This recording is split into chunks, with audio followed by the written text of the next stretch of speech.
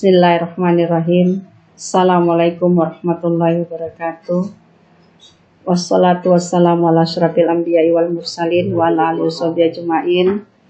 Amma ba', anak-anak yang berbahagia, pada pagi hari ini Ibu akan menyampaikan materi pembelajaran pendidikan agama Islam dan budi pekerti dengan materi bersikap demokratis yang terdapat dalam dasar pemikiran kita berdemokrasi, terdapat dalam Al-Quran surat Imran ayat 159. Bisa dibuka nanti. Sebelum kita memulai pembelajaran, mari kita bersama-sama berdoa dulu dengan membaca Ummul Quran Al-Fatihah. Bismillahirrahmanirrahim. Alhamdulillahirrahmanirrahim. Maliki yaumiddin. Iyyaka na'budu wa iyyaka nasta'in. Ihdinas siratal mustaqim. Siratal ladzina an'amta 'alaihim ghairil maghdubi 'alaihim waladdallin. Amin. Kemudian kita baca doa Nabi Musa alaihissalam. Semoga hati kita selalu bersemangat.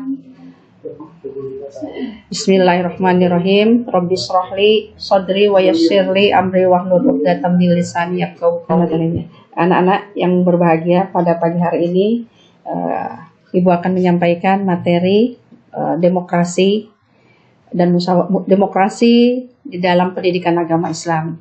Jadi kata demokrasi itu bukan untuk umum, tetapi di dalam pendidikan agama Islam itu sudah tidak asing lagi. Bahkan Allah akan menyampaikan di dalam Al-Quran surah Al-Imran 99, terbukti bahwa kita semakin kuat di dalam bermusyawarah. Ini salah satu gambar bagaimana cara orang berdemokrasi yang benar dan baik untuk mendapatkan satu mufakat apa yang harus kita musyawarahkan. Ini berikutnya, ini ada gambar yang kedua. Ini adalah gambar di mana orang-orang di kampung ini juga berdemokrasi, bermusyawarah. Jadi bukan orang yang ada di kota saja berdemokrasi, bermusyawarah, tapi orang yang ada di kampung pun berdemokrasi atau bermusyawarah, karena itu sangat penting sekali buat diri kita dan orang yang ada di sekitar kita. Nah, ini masih ada contoh bagaimana berdemokrasi. Begitu pentingnya demokrasi itu di dalam kehidupan kita sekarang dan yang akan datang. Musyawarah dalam Islam. Apa sih musyawarah itu? Siapa yang tahu yang dimaksud dengan musyawarah? Ayo Reza, apa yang dimaksud dengan musyawarah dalam Islam? Rahmatania, yang dimaksud dengan musyawarah dalam Islam itu apa? Ada yang bertanya? Jika tidak ada yang bertanya, baiklah Ibu jelaskan yang dimaksud dengan musyawarah dalam Islam. Musyawarah dalam Islam itu sangat penting, karena musyawarah itu sangat dianjurkan oleh Allah, karena di dalam Al-Quran sudah ada, karena Al-Quran itu adalah kitabnya kita sebagai seorang muslim. Dalam Al-Quran surah Al-Imran ayat 159. Al-Imran dan Al-Baqarah ini sangat berdekatan sekali. Ini supaya kalian tahu. Al-Imran dan Al-Baqarah sangat berdekatan sekali, sehingga Al-Imran itu dengan Al-Baqarah disebut dengan Az-Zahrawani atau dua yang cemerlang. Kedua surah ini sangat disembunyikan oleh para ahli kitab, seperti kelahiran Nabi SAW dan kedatangan Nabi Muhammad SAW. Sangat disembunyikan oleh ahli kitab karena ada kepentingan-kepentingan oleh mereka. Kemudian surah Al-Imran termasuk golongan surah Al-Madaniyah. Maksudnya Al-Madaniyah karena surah Al-Imran ini diturunkan di kota Madinah. Selanjutnya secara khusus surah Al-Imran ayat 159 ini memiliki asbabun nuzul. Asbabun nuzul daripada surah Al-Imran ayat 159 ini terjadi pada perang Uhud, di mana pada perang Uhud yang menimbulkan korban dari kaum muslimin, kekalahan oleh kaum muslimin, yang mana pada saat itu paman Nabi sendiri ikut gugur di dalam peperangan tersebut. Karena kenapa? Berhasil mengalahkan orang-orang kafir, mengalahkan kaum muslim pada saat itu, karena sikap marah maupun bersikap keras. Nah, ini nanti ada nasihat di dalam Al-Quran surah Al-Imran tersebut. Jadi nasihat yang disampaikan oleh Rasulullah tidak diindahkan sehingga terjadilah perang pada saat itu. Ini adalah asbabun nuzul daripada surah Al-Imran.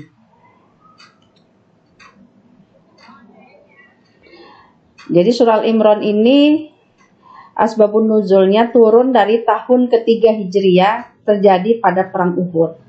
Paham dan pada istilah Alkitab tadi, ahli kitab, siapa yang mau bertanya apa yang dimaksud dengan ahli kitab? Ahli kitab ini adalah para ahli kitab daripada agama-agama samawi seperti Nasrani, itu adalah ahli kitab. Jadi mereka di dalam memahami mereka ahli kitab ini percaya dengan Tuhannya, tetapi tidak seperti percaya seperti yang kita pahami pada saat ini. Kemudian surah Madaniyah. Surah Madaniyah ini ada yang tahu? Surah Madaniyah artinya surah yang diturunkan oleh Allah di kota Madinah. Kemudian ada lagi, siapa yang mau tanya apa yang dimaksud dengan asbabun nuzul?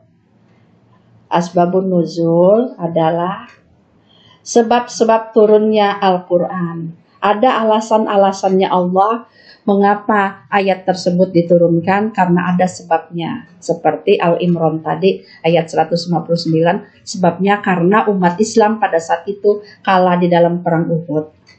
Itu asbabun nuzulnya. Ini ada di dalam perang Uhud. Nah, perang Uhud itu ada yang disampaikan oleh Rasulullah tidak diindahkan, ada saking semangatnya sehingga tidak mengindahkan nasihat-nasihat daripada Rasulullah. Maka di dalam musyawarah inilah nanti akan kita jelaskan. Ini alasan daripada asbabun nuzul dalam perang Uhud itu.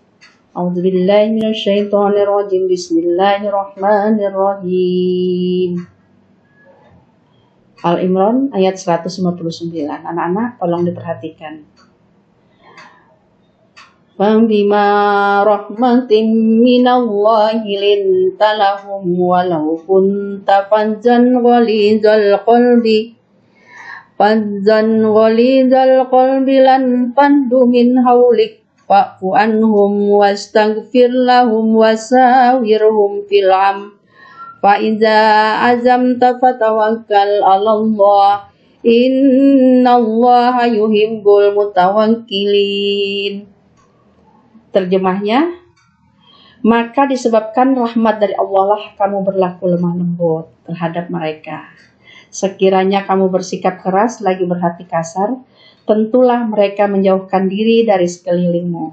Karena itu, maafkanlah mereka, mohonkanlah ampun bagi mereka, dan bermusyawarahlah dengan mereka dalam urusan itu.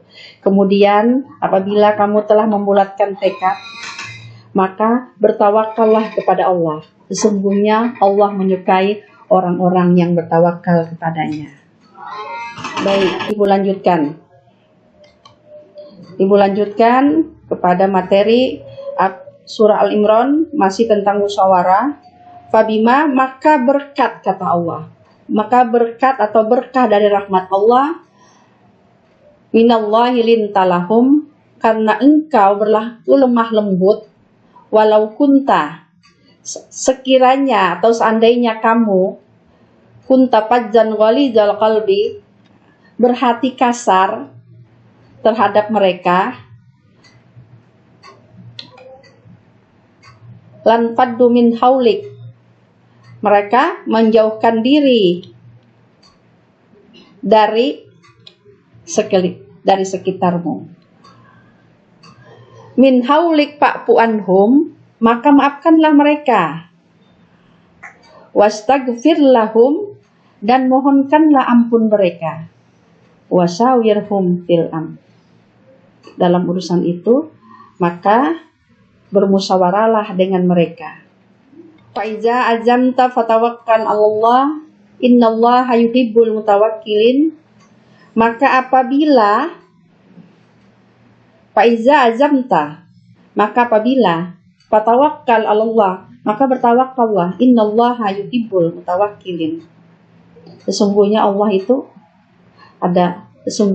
itu menyukai orang-orang yang bertawakal. Jadi, apa yang sudah saya bacakan tadi, anak-anakku sekalian yang berbahagia, musyawarah adalah perundingan antara pribadi atau golongan mengenai suatu masalah atau beberapa masalah dengan maksud untuk mengambil keputusan atau kesepakatan bersama. Jadi untuk mendapatkan sesuatu yang baik buat kita bersama, hendaklah kita bermusyawarah. Wasyawirhum fil amr.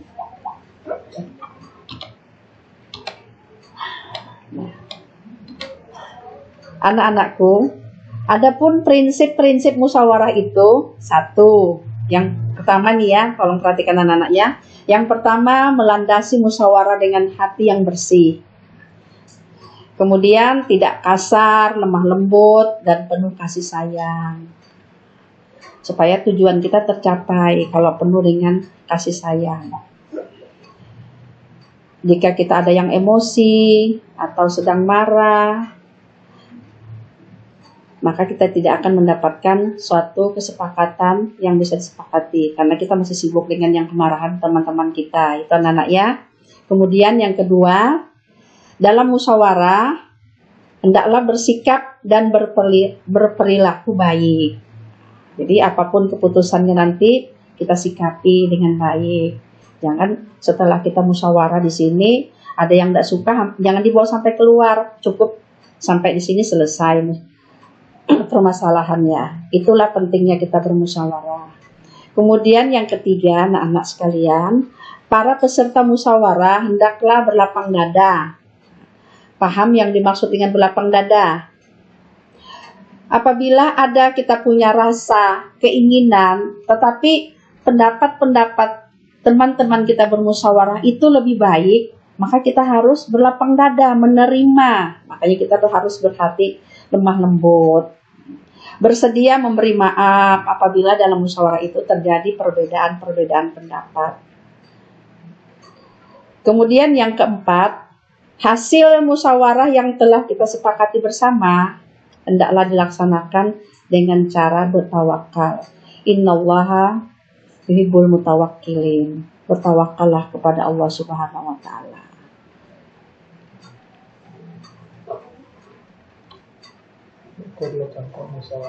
Contoh musyawarah yang baik dan buruk. Ya, anak-anak nanti ibu kasih tugas ya. Nah, bikin kelompok, tugasnya bisa didiskusikan yang ada hubungannya dengan yang ada di masyarakat, di tengah-tengah masyarakat, di tengah-tengah keluarga bisa didiskusikan. Sekarang lagi marak ini adalah penggunaan HP. Bagaimana? Yang pertama tugasnya dari ibu, bagaimana penggunaan HP bagi pelajar di sekolah, boleh apa enggak? Itu didiskusikan buat kelompok 4 kelompok. Yang kedua, kelompok yang kedua, bagaimana hukum potong tangan bagi koruptor, setuju enggak? Siapa yang setuju, siapa yang tidak setuju? Nah, nanti kalian buat kelompok, kemudian nanti didiskusikan. Kemudian kelompok yang 3, poligami. Ada enggak yang setuju yang dipoligami? Nanti didiskusikan. Ada yang setuju, ada yang tidak setuju. Itulah pentingnya kita berdiskusi. Yang keempat, program keluarga berencana. Bukan program keluarga besar, tapi program keluarga berencana. Pembatasan memiliki anak bagi setiap keluarga. Cukup 2 anak saja. Oke, ada yang mau bertanya? Jika tidak ada yang mau bertanya, baiklah ibu akhiri dengan membaca Alhamdulillahirabbil alamin. Semoga pertemuan kita pada pagi hari ini mendapatkan berkah rahmat dari Allah Subhanahu wa taala. Kita dijadikan sehat, selamat, dan jangan lupa ibu mohon pada kalian semua yang hadir pada saat ini, jangan ditinggalkan sholat 5 waktunya. Selalu berbuat baik terhadap kedua orang tua dan tetangga yang ada di sekitarnya, dan berbuat baik terhadap guru jika di sekolah. Terima kasih. Wassalamualaikum warahmatullahi wabarakatuh.